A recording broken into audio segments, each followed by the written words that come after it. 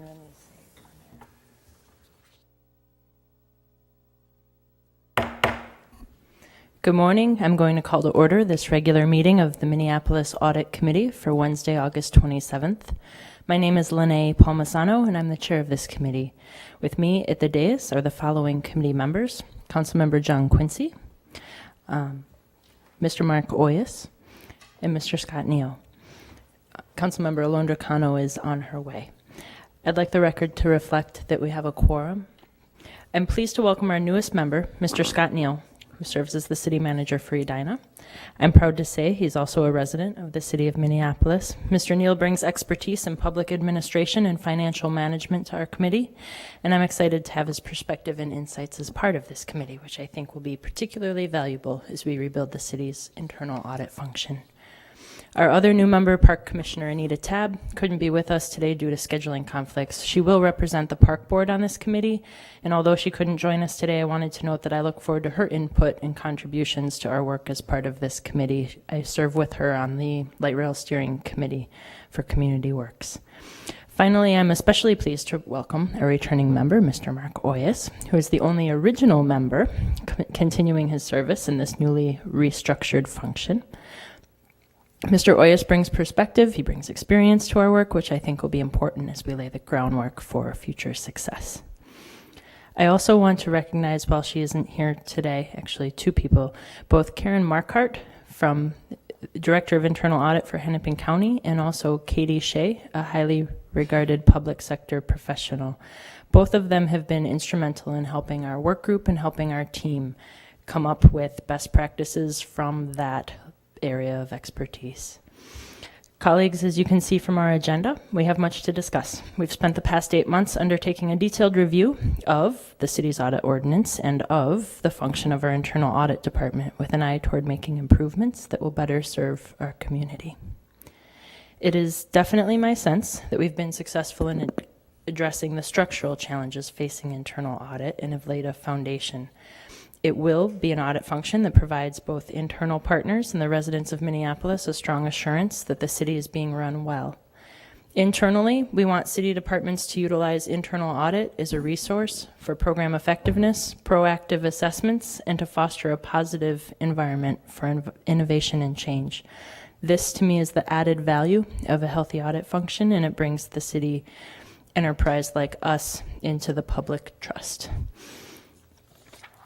So before we take up the items listed on the agenda, I'll ask if there are any additions or corrections to the matters listed on your printed agenda. And if not, I would entertain a motion to adopt the agenda as presented. It's been moved. Second? Second. All those in favor of approving the agenda before us today, please say aye. Aye. Aye. Thank you. The ayes are unanimous and the agenda is adopted. The first item on our agenda will provide some historical context for committee members and the public, which includes a review of our audit ordinance. It'll go over changes that have been made, as well as improved audit processes, and an update on the work group's progress this year. Here to present that report is Peter Ebnett, who has been deeply involved in these efforts. Mr. Ebnett. Good morning, Madam Chair and committee members. My name is Peter Ebnett, and I'm a management analyst in the City Council and Clerk Department. May it please the committee, I'm here to give some background on the audit function, the independence of the audit committee, as well as an update on the activities of the audit work group, which has been meeting since February. At your request, Madam Chair, in light of the almost entirely new committee, I'd like to briefly discuss the history of the audit committee. The committee was created in December 18th, 2009. On April 13th, 2010, the Audit Committee convened for its first meeting, and by October of that year, the committee had approved its operating rules, hired the first internal auditor, and reorganized itself as an independent unit of the government enterprise. This independent status of the Audit Committee meant that it would have and exercise specific powers and functions expressed in the enabling ordinance, and that it would have its own set of rules to govern its proceedings, general operation, very similar to the independent status of the city's executive committee. Like the executive committee, the audit committee is not a standing committee of the city council. Consequently, it can only forward its actions to the full council, and I'll talk a little bit more about this later in the presentation. The first audit report was issued February of 2011, and from 2011 to 2013, the Audit Committee received 24 audit reports. At the end of 2013, Auditor Magdi Masad announced plans to leave the city. That, coupled with the many changes on the City Council following last year's election, afforded the opportunity to evaluate the internal audit function and to consider improvements or changes before moving forward.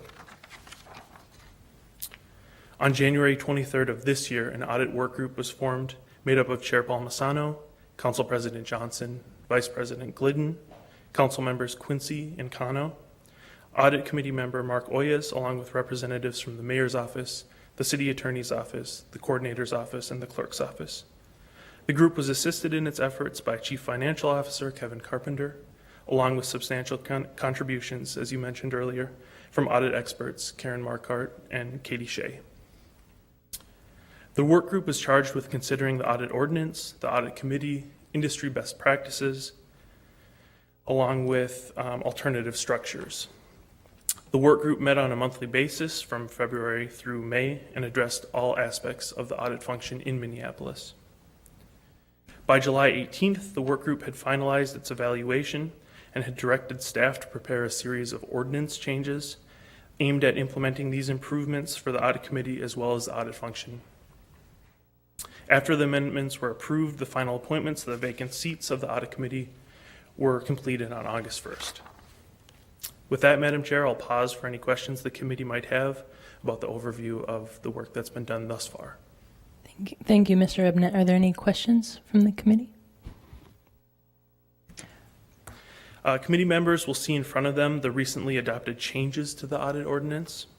These changes were intended to clarify the roles and responsibilities of the audit committee and the internal audit function, as well as the relationship between the audit department and the city enterprise as a whole. On the first page of the ordinance, there were 3 changes to mention.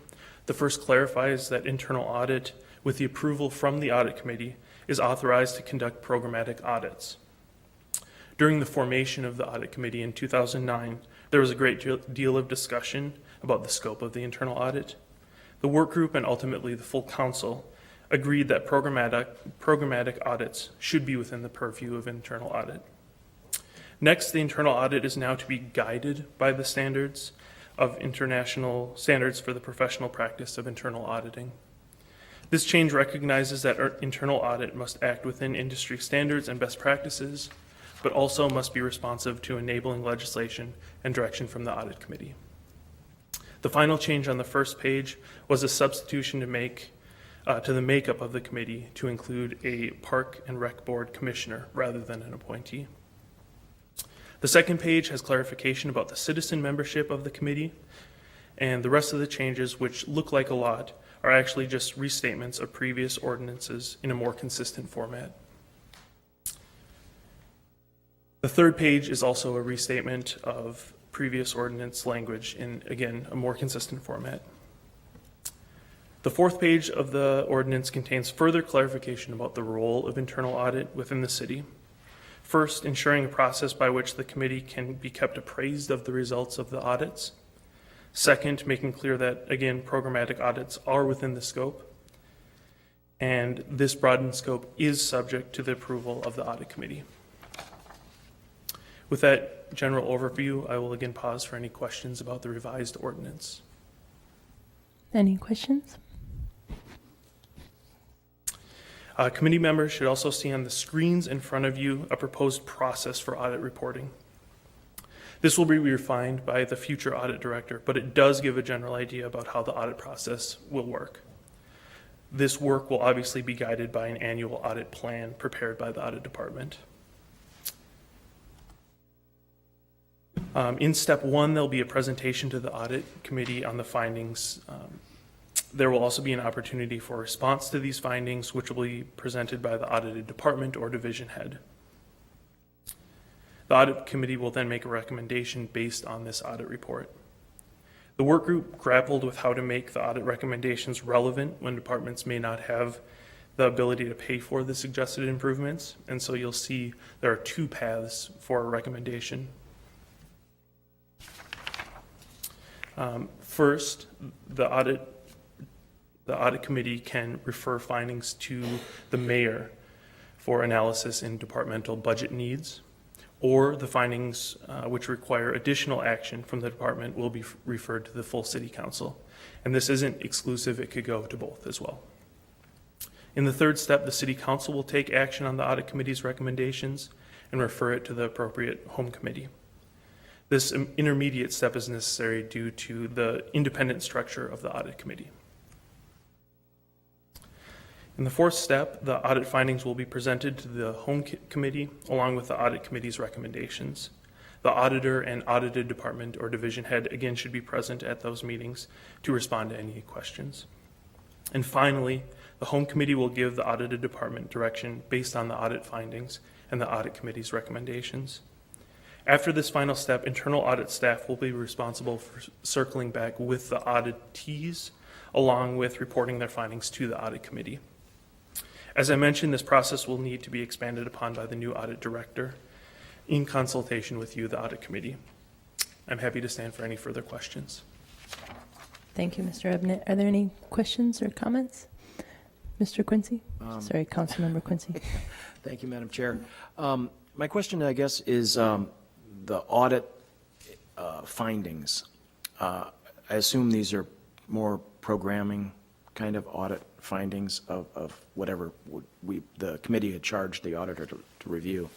I just wanted to make sure at some point that if there are financial implications to that there's an avenue for the council and the finance department to have a input to that process and to respond to it.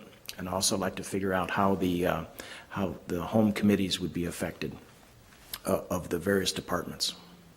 Sure. Through the chair, Councilmember Quincy, I think the idea is that if there are financial impacts due to whatever the audit report contains, that part of the process that it would go through would be to Ways and Means as a part of making sure that all relevant home committees have a chance to provide input. Thank you for that. And also, is there a targeted difference if there's a park board related audit finding?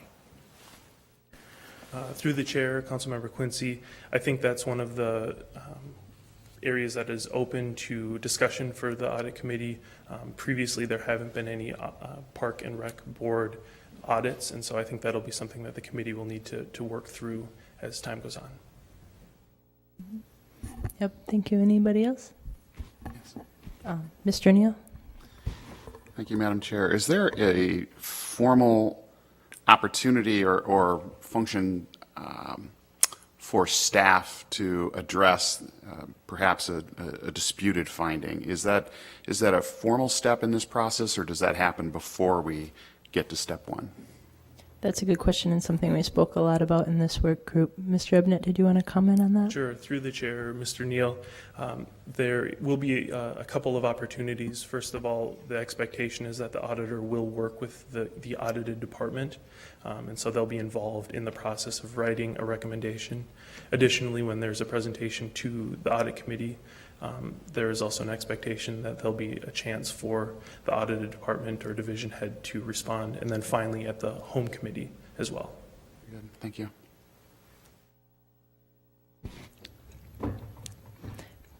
Seeing no further questions or comments, no action is formally required on this, so I will move to receive and file that report. All those in favor of this motion, please say aye. Aye. It's unanimous ayes, and that report will be filed. The next item of business we have is the election of a committee vice chair. This is different than our standing committees where that vice chair is assigned. Under our existing rules, the vice chair is nominated by the chair of the audit committee, subject to approval of the full committee.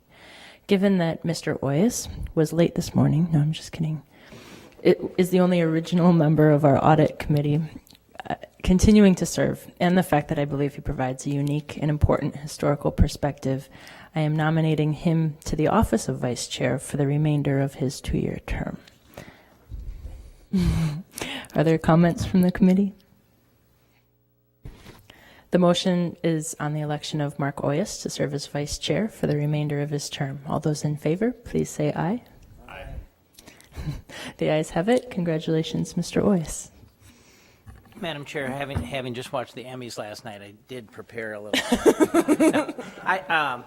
We've talked about your role and your activity. I expect that whatever help I can be of you, Madam Chair, I certainly will, but I don't think I'll be serving in a leadership capacity. You pledged to be at every meeting, and I'm holding you to that.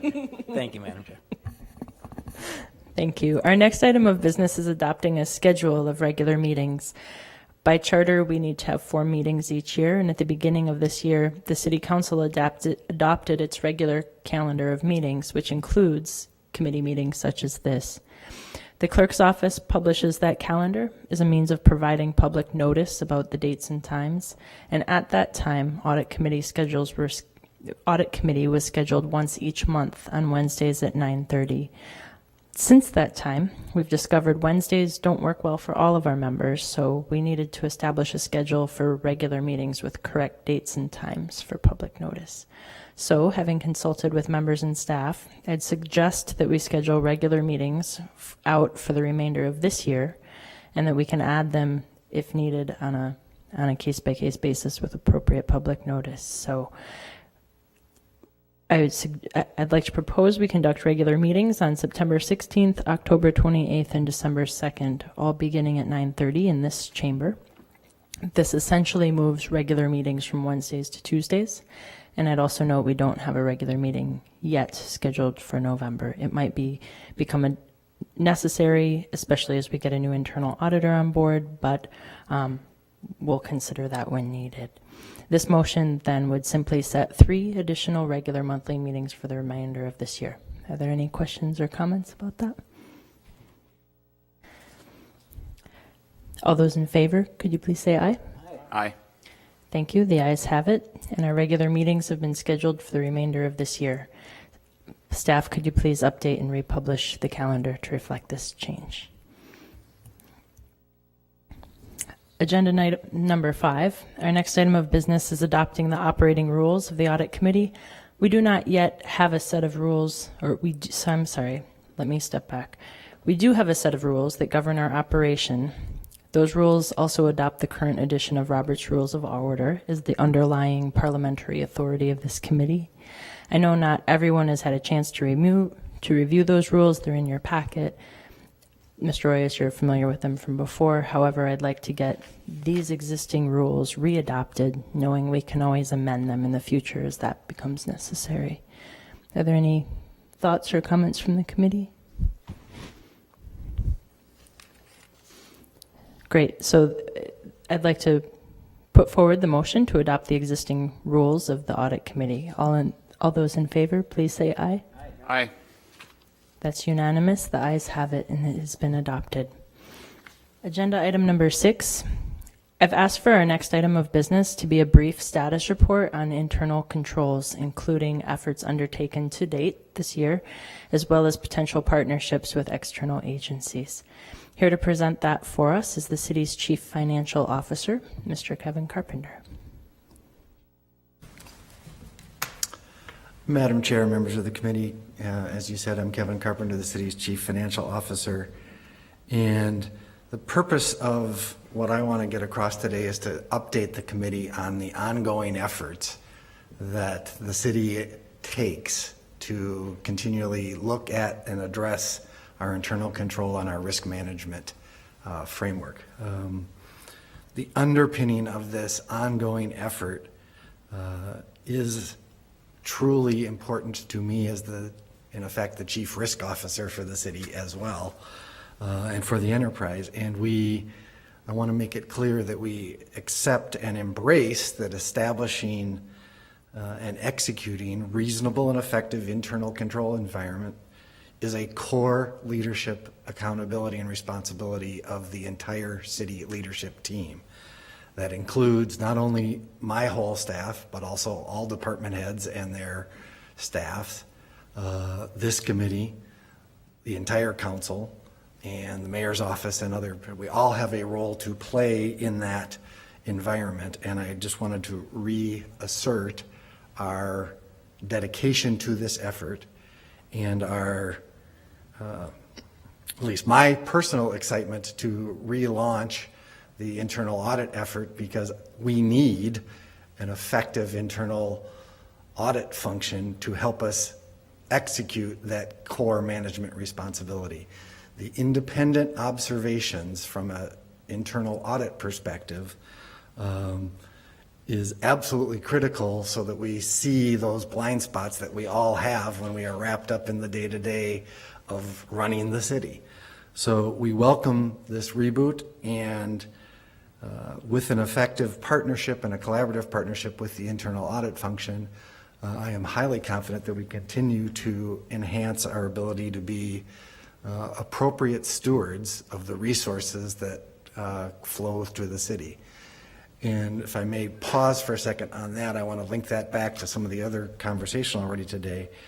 It is vital from my perspective that when we think about the stewardship of resources, we are not only talking about raw financial resources, but we are talking also about the time and energy of staff to execute all those things. And that's a really important concept that we need to work continually with you and the council and the internal audit to frame up how we allocate resources to get to that reasonable internal control risk management standard.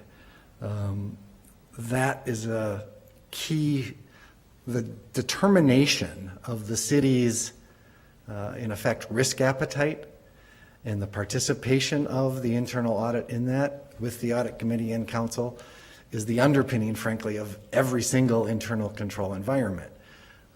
And this allocation of resources to where do we want to live on that risk management, risk appetite spectrum. We could hire 1,000 people to check the checkers who are checking the checkers, and that will move us off a spectrum on the risk appetite perspective, but I'm not sure that we would all agree that that was a reasonable burden for the city enterprise and ultimately the residents and those who come into play with us. So as we develop this risk appetite, our commitment remains, and I hope I speak on behalf of all my departmental leaders, that that's a conscious, an intentional, and an ongoing effort. You don't just decide it one time a year and then, oh wait, it's an ongoing thing. So as we bring these reports forward through the internal audit process, there will be absolutely a rich dialogue between departments and city enterprise and the independent audit function. The key to this all becomes the processes that we develop to govern the risks and the internal control environment, the communications around that, and ultimately that the documentation about how we do things aligns with that risk appetite. So given how city leadership owns this and is accountable for this function, I wanted to just point out a couple of activities that have gone on in the work to date at the city to demonstrate our ongoing commitment to this area and that we didn't stop just because there wasn't an internal auditor. So, and Councilmember Quincy and Councilmember Palmisano, as members of the Ways and Means Committee, have seen different policy or procedure documents that have worked on our internal control environments. Earlier this year, we brought forward a PCI compliance policy. Payment card industry, which is all about, Mr. Neal presumably knows, this is all about, to the extent that the city accepts, processes, uses credit cards, whether it's residents or ourselves, we need to make sure we are compliant with payment card industry standards for the electronic processing of information. That's got an IT component, but it's also about financial resources. So we went through an exhaustive effort with some consultants to develop a PCI compliant policy, and then worked with all departments to the extent that they were involved in credit card processing in one way, shape, or form to document and develop this PCI compliance part.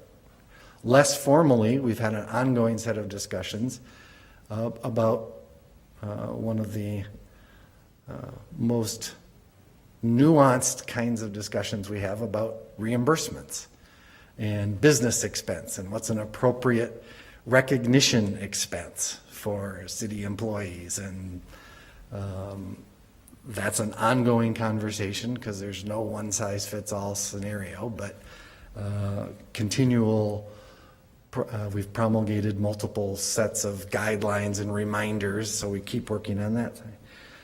Just recently, we put forward not only an investment policy and a restatement of our investment policy, but also are working on, underneath that, the procedures that give staff the guidance about how to execute against that investment policy so that we are aware of the accountabilities and where those lie.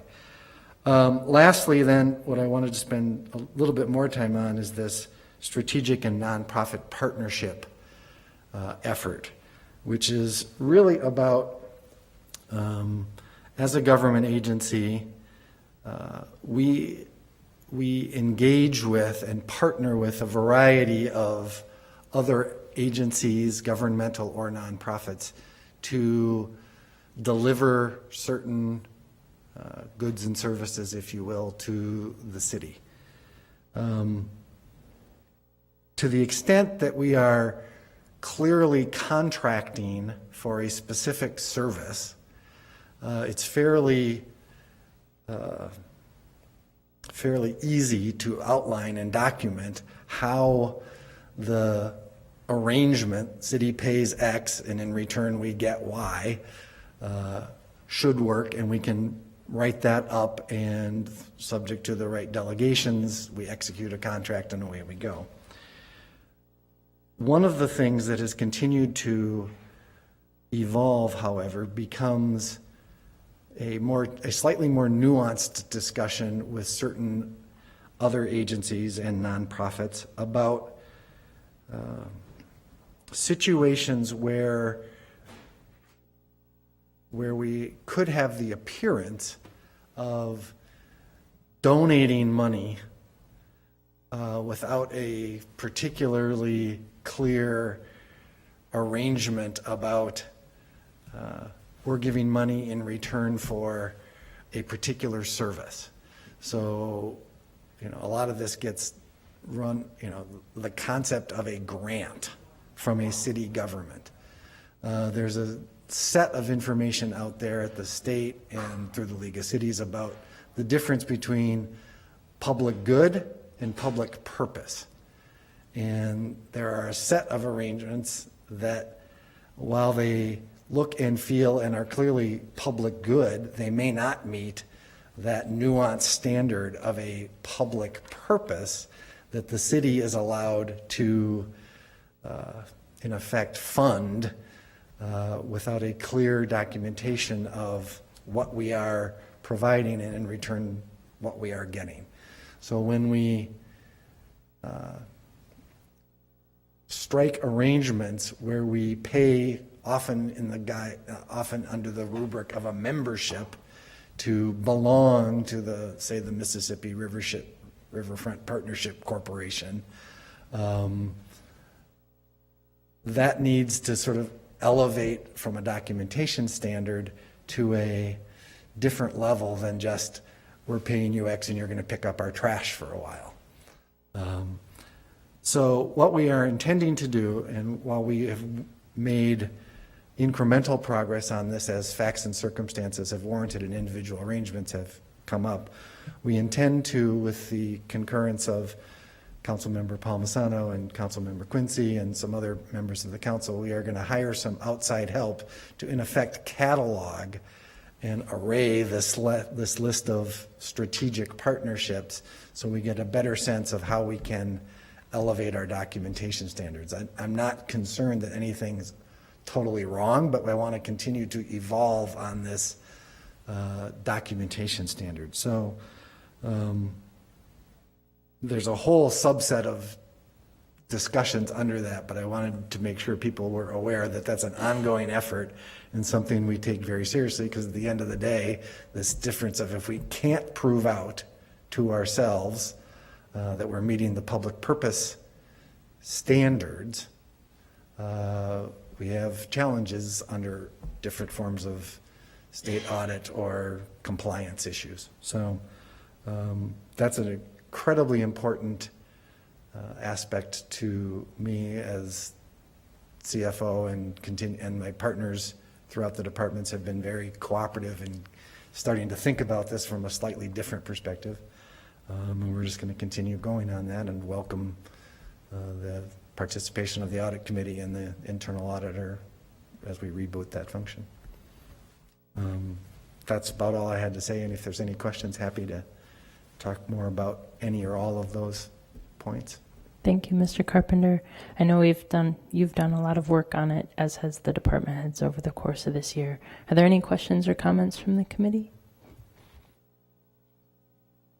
Mr. Quincy? Thanks. Councilmember?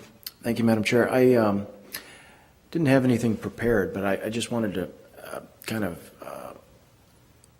point out to the committee here that this is not replacing any particular action. This committee isn't set up to say policy. It's really just a place for it to come and ask those intelligent, great questions like, why are we doing this, and how are we documenting it, and how are we maintaining controls over it, that we're getting something tangible in return for those investments that Mr. Carpenter had outlined as examples. And there's a catalog of those, and I don't think that that particular charge is inappropriate for the audit committee to deal with. I think it's in fact very appropriate, but I don't think it's something that came out of our past audit reports. Am I correct on that? I mean, where did this idea come from? You're great. correct. Yep, you're correct. Mr. Carpenter, did you want to comment on kind of how this evolved? Madam Chair, Councilmember Quincy, yes, it did not result from any particular audit exercise, in part because it's an enterprise function, and as part of our ongoing sort of risk discussions, it bubbled up many years ago, actually, and we've continued to make some progress, but it's just the normal course of doing business. Right, and I guess in following up, this should not be perceived by department heads as being an adversarial relationship. It's asking the right questions. It's making sure we're documenting and having the controls in place so we can account for the public expenditure of funds. And so it seems totally reasonable that the audit committee take this up as a charge, and I look forward to many ongoing discussions within the departments as part of their annual audit process, that it is not an adversarial relationship. We want to improve the business operations and minimize our risks to the city and maintain our controls over the taxpayers' money. So that's our job. So thank you for that. Mr. Carpenter? Madam Chair, if I can make one other comment, I also want to note, especially with the presence of Mr. Ginder, that the key role that the city attorney's office plays in all of this effort as it relates particularly to documentation, and our partnership there with not only operating departments but also from my department and the city attorney's office coming together to sort of surround this with the triangle of effectiveness. We'll get there, and we continue to make great strides, and I'm pleased. Thank you. I feel strongly that this was the ideal kind of work that a new audit committee could take on and be a positive, whether by funding through the budget, but could be a positive influence for innovation and program over, looking at. So thank you. Are there any other questions or comments? No action is required on Mr. Carpenter's report, so I will simply move to receive and file that report. All those in favor? Aye. That's unanimous. That report will be filed. Finally, agenda item number 7, staff is going to be asked to report on the status of several issues. First, I'd like to speak briefly about the audit plan for this year. Second, I'd like Mr. Carpenter to come back up to just briefly touch on the state audit reporting, and then third, the status of the recruitment efforts for our city's next internal auditor by Mr. Ebnett. So before that first part, I just wanted to offer these few comments. All 2013 plan deliverables from the previous audit plan were completed or added to the 2014 plan. In early June of this year, I reached out to the city's department heads, seeking their input on all the specific tasks that are outlined in our audit work plan. I wanted to find out whether those identified items were high priority issues, whether they could wait until we hired a new director of internal audit, and where needed, we were prepared to use an external contractor for that work effort if it needed to be completed by November, I think I had said.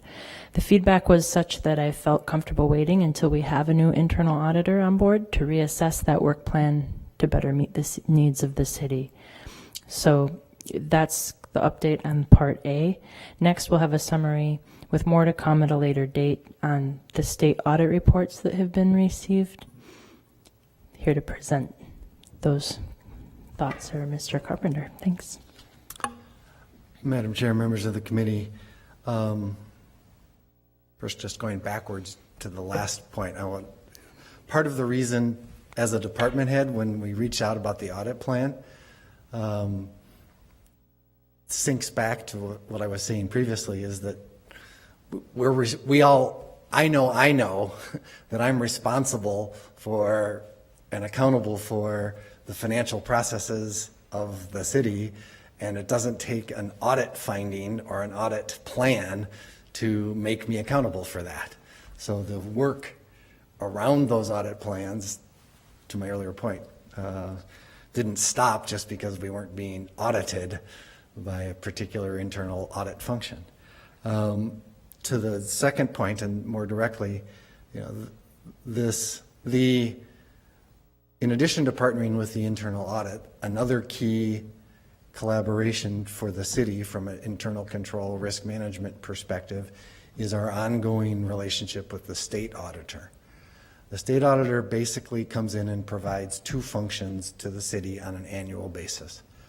One, they audit the financial statements of the city and issue an opinion as to that they are reasonably and to a material degree accurate, fairly presented, and all the management estimates that go into creating them have been disclosed and they're comfortable with those. And that is all critical to releasing our comprehensive annual financial report, which is the Bible of, in effect, our financial status, and is issued every year in late June. So function one as part of that for the state auditor is this opinion on our financial statements, including the footnotes, including the supplementary information that this document, and we're happy to send it to those of you who don't already have it for 2013. The state auditor provides an opinion about that work. The second component of their work is they issue through this process what's called a management and compliance letter to city leadership about observations about our internal control and risk management framework. Because the state auditor has a very prescribed process, what they're looking for, what they're communicating to whom when, based on conversations with Councilmember Palmisano, we're going to ask them to come back at a later date and update you on what they do and how they do it, because it's really their bailiwick and it's under very proscribed processes. It is a key internal control aspect because it, similar to some of the internal audit work, provides a list of findings and management responses to findings about how we can continually work on upgrading and improving our internal controls and our documentation and our risk management activities. So every year, city leadership gets this management compliance letter, and it includes the responses from the city, and it frames a set of work that we take on going forward from the issuance of that management compliance letter. So they are a key aspect to this financial stewardship aspect, and we appreciate they've been wonderful to work with in my tenure. We have a consistency of auditors, which is really helpful. They get how the city works, and they know where to look and where they can, who to rely on for representation. So that's a really key component, and we value their partnership extremely. And we look forward to having them here to brief you on some of their work to date as well. If there's any questions, happy to. Thank you, Mr. Carpenter. I'll also add that it seemed, while I am also new to the city's audit function findings process, it seemed like we made some significant progress on some of the things that had been in those reports for a few years standing. So I think it's a very good news report that we will receive from the state auditors this year. Are there any questions or comments by the committee? Thank you. Thank you, Mr. Carpenter. No action is necessary on those items, but I will simply move to receive and file those staff reports. Finally, we've been doing a lot of effort in partnership with the city clerk's office on the recruitment of a new city internal auditor, and I wanted to ask Mr. Ebnett to share a status report on that recruitment process. Thank you, Madam Chair, members of the Audit Committee. We began recruiting for the Director of Internal Audit at the end of June. We had a very strong pool of applicants and are currently in the process of narrowing down the field to a finalist. We have involved the Council President and Vice President in vetting the candidates, and our plan is to involve the new City Coordinator, Spencer Crunk, along with other members of the City's executive team in our next steps. The plan is, at the conclusion of this process, to have a name to forward on to you for approval and appointment to the next Audit Director. I do want to take a moment, as was mentioned earlier, to thank Karen Marquardt from Hennepin County. Her input and feedback has been really important in this process, and has made sure that we'll end up with the right person. That's it for me, unless there are any questions from the committee. Any questions about the internal auditor recruitment? Madam Chair, Mr. Neal? could you just tell me the timeline again of when you think these things might happen? Chair Palmisano, Mr. Neal, we don't have a specific timeline right now. We're working on narrowing the field, and I think the hope is that we are moving forward rapidly. There is a sense of urgency to have a Director of Internal Audit, but we don't have any specific timeline at this time. Thank you. Any other questions? Mr. Oyes? Madam Chair, I just think it's, I feel incumbent upon me as a member of the committee to thank all of those who have been working on this process. And it's been sort of, we've been not drifting, but we've been working as a working group. And it was important not to wait for the entire committee to be established and get up and running for us to go through this. And I have complete trust in the process so far, and I'm looking forward to getting an auditor on board quickly. So thanks to everybody for your hard work. Thank you. Thank you. Also, just so that you all know, once we have a finalist, it will be subject to the approval of this committee. So we'll be bringing that forward as soon as possible. No action is necessary on this item, so I'll simply move to receive and file the staff report. All those in favor? Thank you. Thank you, Mr. Ebnett. With that, my colleagues, we have completed all the items on our agenda. I thank you for this time. Seeing no further business to be presented, this meeting is adjourned.